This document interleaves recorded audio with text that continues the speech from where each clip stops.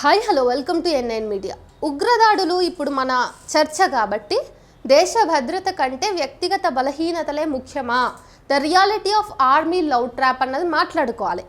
భారత మిలిటరీకి చెందిన ఓ అధికారి ఓ కోర్సు చేయడానికి బంగ్లాదేశ్లోని మిలిటరీ అకాడమీకి వెళ్ళిండు. అక్కడ జరిగిన పార్టీలో ఓ మహిళ పరిచయం అయింది. ఇద్దరి మధ్య సాన్నిహిత్యం పెరిగింది. కొద్ది రోజులకే ఆమె బండారం బయటపడ్డది.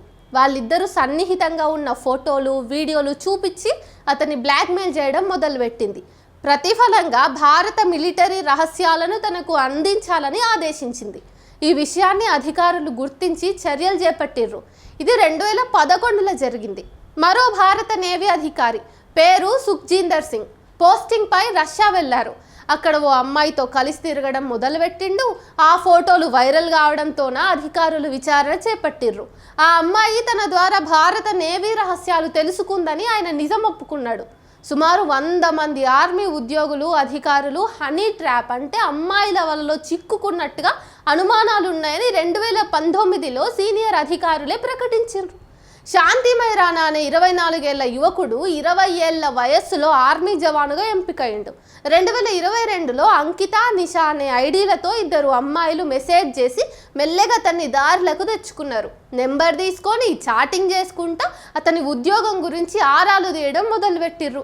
అతని నమ్మకం పొందినాక మెల్లగా ఆర్మీ పనితీరు వ్యవహారాలు విధి విధానాలు కనుక్కోవడం ప్రారంభించిండ్రు.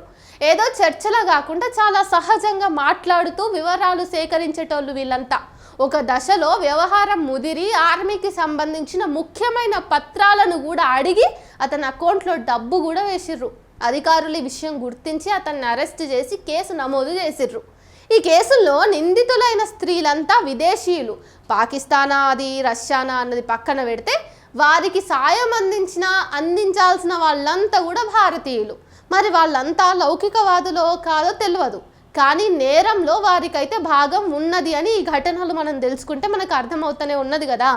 కాబట్టి మై డియర్ ఫ్రెండ్స్, లౌకికవాదులు ముఖ్యంగా మీరు తెలుసుకోవాలి, ఉగ్రవాద చర్యలకు మద్దతు ఇస్తారని రాసిన మంచాలకు ఆయనకు మద్దతుగా కింద కామెంట్ బాక్స్ నింపి లౌకికవాదుల మీద ముస్లింల మీద విషం గక్కిన మంచాల ఫ్యాన్స్ అసోసియేషన్ సభ్యులకు ఈ విషయాలు తెలుసా లేదా అన్నది ప్రశ్న. మరి లౌకికవాదులను ఏం జరిగినా కానీ ఎంటబడి విమర్శించి వాళ్ళ ఈకలు వీకడానికి నిరంతరం సిద్ధంగా ఉండేటటువంటి కొంతమంది బ్యాచ్కి ఈ వీడియో ఉపయోగపడుతుంది. వాళ్ళు అట్లనే ఆలోచిస్తారని నేను అనుకుంటున్నా.